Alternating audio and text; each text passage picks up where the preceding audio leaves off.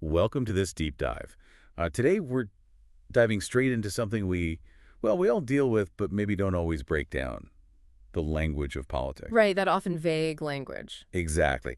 And more importantly, its very real consequences. We hear these phrases thrown around: national security, fair taxation, common sense reform. All the time. They sound good, but But what do they actually mean for a real person on the ground?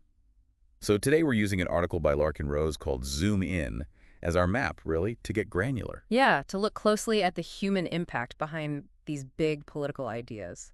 If you've ever felt like, political talks is just happening way up here, totally disconnected from your daily life, then this is probably for you. Mm-hmm. Mm-hmm.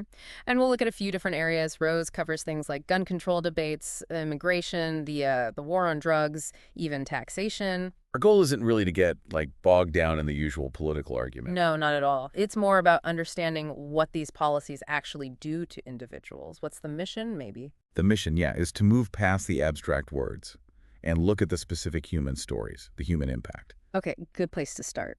All right, so let's kick off with one that always gets people talking: reasonable gun control. Sounds sensible, doesn't it? Reasonable. It does. It sounds balanced. But Rose really pushes back on this, saying it's dangerously vague. And he asks us, what does reasonable actually look like in practice? And this is where he brings up a really stark example. Waco, Texas. Yeah. It's a heavy example. You probably remember over 80 people died there, including children. A terrible tragedy. And Rose's point is crucial here. He highlights that, according to his analysis, this wasn't necessarily because people were actively committing violence with guns at that moment. Right. It was more about alleged modifications to firearms they possess. That was the trigger for the massive government action. Which is a really specific point. It is, and it ties into another distinction Rose makes, which I think is often lost in the public debate. Which is, The difference between semi-automatic and fully automatic weapons. Semi-auto, generally one trigger pull, one shot.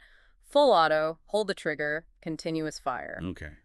He suggests that many people advocating for certain types of gun control might not actually grasp this technical difference. And that lack of understanding. Can lead to policies with really severe, maybe unintended consequences.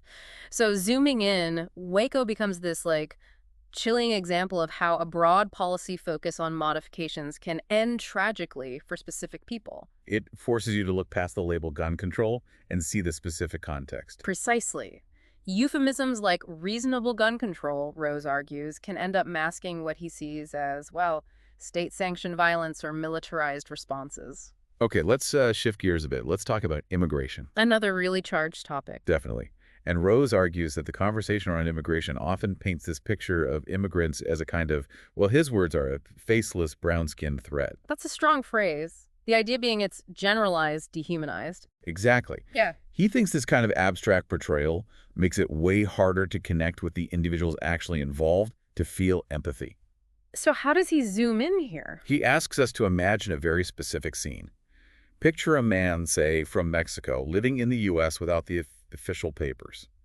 He's working hard, he's peaceful, not causing any trouble. Okay. Then imagine ICE officers apprehending him, maybe forcibly, possibly even at gunpoint. And crucially, this isn't because he hurt anyone or committed some violent crime. It's solely because of his immigration status. Right. Solely based on the paperwork. And this leads to that very direct question Rose keeps asking. Yeah, he asks point blank, are you okay with that? Are you okay with violence being used against peaceful people who've harmed no one? It's confronting. By making you visualize that specific person, that specific action, and stripping away the abstract arguments about borders for a second. It forces you to grapple with the raw human cost of enforcement, doesn't it? It really does. It's much harder to just say, well, it's the law when you picture that scene. Okay, moving on. Let's touch on the war on drugs. Another big one. Rose sees this in a similar light, a policy often fueled by, let's say, fear and pretty vague language. We hear a lot about stopping drug lords, protecting kids, cleaning up streets. The standard justifications, yeah. But again, Rose asks, what happens when we zoom in? What's the reality on the ground? And he points to some really disturbing situations, like instances where drug raids go wrong. Yeah, people getting killed, sometimes innocent people, maybe based on bad tips or for relatively minor offenses. The no-knock raids sometimes get mentioned in this context, too. Right. And Rose actually has some personal experience here that he mentions. Oh. Yeah, he apparently spent time in prison for tax-related issues. interestingly enough. But while there, he met people locked up for nonviolent drug offenses. So not the kingpins, but maybe low-level users or dealers? Exactly. People whose lives were completely turned upside down by these broad war on drugs policies.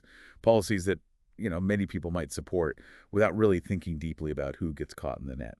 It really hammers home that disconnect between the big policy name and the individual lives affected. It's not always the picture painted by the rhetoric. Definitely not. Okay, now for something that hits everyone's wallet, taxation. Ah, yes. Taxes. Rose paints a picture here of, say, small business owners, people trying to make a living, but just getting crushed under the weight of tax laws, regulations, the sheer burden of it all. It can be incredibly complex and stressful for sure. But then he takes it further. He shares some really stark, really upsetting examples. He talks about individuals who reportedly faced such intense pressure from the IRS, the tax authorities. Pressure over tax debts? Yeah, pressure that was so immense, he claims it contributed to them, well, taking their own lives. Wow. That's incredibly serious. It is. And Rose uses very strong language. He calls it state-sanctioned robbery. He doesn't mince words. And is he blaming one side of the political spectrum for this? Interestingly, no. He criticizes both Democrats and Republicans here. His view seems to be that both parties, fundamentally, support a system where taxes are collected through the threat of force. Even though it's usually framed as, funding essential public services, roads, schools. Right. That's the justification. But Rose forces you, by using these extreme examples, to look at the underlying mechanism, the power of the state to take money, backed by potential force, and question it. It shifts the focus from what the money is used for to how it's obtained in the first place. Exactly, which ties into his broader view of the main political parties. How does he see them overall? Well, he's quite cynical, frankly. He basically sees both major parties as power-hungry authoritarians. That's his term. Oof. So not much difference between them in his view. Not fundamentally. He argues they just play on different fears to get elected and stay in control.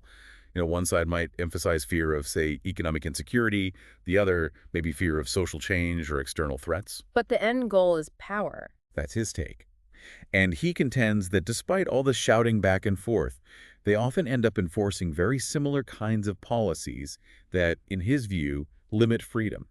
And what about the voters in this picture? He suggests voters are often kind of misled or maybe indoctrinated by the party narratives, that they don't always step back and critically examine the actual policies they're told to support. So caught up in the us versus them, maybe, without looking closely at what us is actually proposing. That seems to be the idea, which brings us right back to that core concept. Zooming in. Zooming in.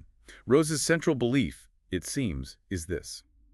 If you actually visualize the direct impact of a specific law on a real specific person. Whether that's the immigrant, the person caught up in a drug raid, the small business owner. Right. Any individual. If you see that law causing harm to someone who hasn't, initiated violence or aggression themselves, then it becomes really, really hard to ethically defend that law, doesn't it? Morally difficult, Yeah. Regardless of the abstract political goals it's supposed to achieve. It's like shifting from a political calculation to an ethical one based on the individual's experience. That's a good way to put it. It cuts through the political jargon. Now, Rose doesn't just critique the mainstream parties. He also has some words for libertarians. Oh, interesting. What's his critique there? Well, libertarians generally hold to the non-aggression principle, right? The idea that initiating force or fraud against peaceful people is wrong. The core principle, yeah. NAP. But Rose argues that some people who call themselves libertarians actually undermine this principle. How so? By supporting certain state actions, certain laws, that do use force against people who haven't aggressed against anyone. Maybe like some of the examples we've discussed, drug laws, tax enforcement against otherwise peaceful folks. So he's calling for consistency. Exactly. He's essentially saying, look, if you support laws that punish peaceful people alongside actual aggressors, you're abandoning the core libertarian commitment. You can't have it both ways. It's a challenge to stick to principles, even when it's inconvenient or goes against a specific policy outcome you might want. Right. It's a tough internal critique. And speaking of his style, we should probably mention his use of repetition, that question. Are you okay with that? Yes. It comes up again and again in different contexts. Why do you think he does that? Well, it feels like a rhetorical device, doesn't it? It's meant to jolt you out of passive agreement or intellectual abstraction. Like, stop thinking about the theory, think about the act. Precisely. By repeating it, he's trying to force the reader, or listener in our case, to confront their own potential moral complicity. If you support the policy, are you really okay with this specific, often violent outcome for an individual? It strips away the comfortable Yeah, distance. it makes it personal. He also uses some really vivid metaphors throughout the article. Educational metaphors, almost? Like zooming in itself, he does it a moral microscope. Right. Letting you see the ethical details you'd miss from afar. And then there's the faceless brown people concept. Which he uses to show how abstraction can lead to dehumanization, making harsh policies seem more acceptable. Yeah, it's easier to support something tough if you don't see the faces. And he contrasts violent thugs with peaceful workers. To draw a distinction, right, between people who are genuinely causing harm and those who might just be scapegoats or caught up in the system. These metaphors really help clarify his argument, I think. They show how language itself shapes our perception of who deserves protection and who can be targeted by state power. They're tools to get you to see past the surface rhetoric. So wrapping this up, Larken Rose's main thrust here isn't just, I don't like this policy or I don't like that one. It's deeper. Yeah, it's a fundamental challenge to how we even talk about politics, isn't it? The reliance on abstract terms. He argues pretty strongly that this is how authoritarian systems gain ground historically and today, when people just accept the rhetoric, the grand justifications for using force. Without ever really stopping to consider the actual individual human consequences, the zoomed-in view. So his call to action really, for you listening, it doesn't matter what your politics are, left, right, center, whatever. His challenge is the same. Critically examine. Always ask, what does this actually mean for a person? Look beyond the slogans, beyond the promises, scrutinize the real-world impact, be wary of supporting state force, even if it sounds like it's for a good cause, without picturing who might be on the receiving end. Don't passively accept state violence just because it's wrapped in noble-sounding language. So here's a final thought for you to chew on. Think about a specific policy, one you feel strongly about, either support or oppose. Okay, got one. Now really try to zoom in. Don't think about the statistics or the broad arguments for a second. Just visualize the most direct, personal impact of that policy actually being enforced on one single human being. Picture that person. What happens to them? Does looking at it that closely, that personally, does it change anything about how you feel? Does it maybe raise some new questions or make you reconsider? It's a powerful exercise. Moving from the abstract political world to the concrete human one, something to think about.